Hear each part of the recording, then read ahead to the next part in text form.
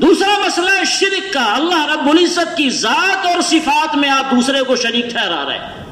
اللہ کو ایک ماننا ہے اس کی ذات میں. ہم سب مانتے ہیں کہ اللہ ایک ہے. ہم کیا کفار مکہ بھی مان رہے تھے کہ اللہ کی ذات ایک ہے, لیکن اس کی صفات میں شریک قرار دینا. جیسا علم اللہ کو ہے ویسا دوسرے کو بھی ہے. جیسی قدرت اللہ کو ہے ویسی قدرت دوسرے کو بھی ہے. جیسی چیزیں اللہ رب العزت کو جو صفات حاصل ہیں وہ صفات دوسرے کو بھی ہے. جیسے اللہ سنتا ہے, ہمارے دکھ درد میں ہماری مدد کرتا ہے, دوسرے بھی دکھ درد میں ہماری مدد کر رہے ہیں. اس کا مطلب یہ ہوا کہ اللہ کی ذات و صفات میں کہیں نہ کہیں آپ دوسرے کو شریک قرار دے رہے ہیں.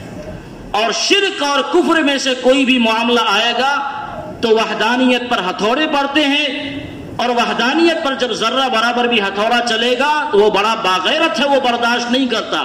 وہ کہتا ہے لو میں تمہارے سینے سے نکل گیا. اس کا مطلب وحدانیت ختم. اب آدمی کفر کے دائرے میں آ گیا, گیا اس کا ایمان. یہ ہے وحدانیت جس کی حفاظت کرنا ایک مومن کی ذمہ داری ہے. آپ اپنے عمل کے اعتبار سے چاہیں جتنے کمزور ہو جائیں, حالانکہ نہیں ہونا چاہیے.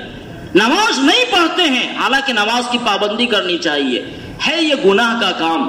لیکن شرک اور کفر میں کوئی ایسا کام خدا نخواستہ جس سے یا تو شریعت کے شعائر کا انکار لازم آوے, شک لازم آوے, اس کی توہین لازم آوے, کہیں نہ کہیں اس سلسلے میں کوئی ایسی بات لازم آوے جس کی وجہ سے انسان ایمان کے دائرے سے نکل جاتا ہے. خدا نخواستہ یہ کام کیا تو اس کا مطلب اللہ رب العزت کے یہاں جو ایمان کا رجسٹر ہے, اس رجسٹر سے ہمارا نام ختم ہو جائے گا.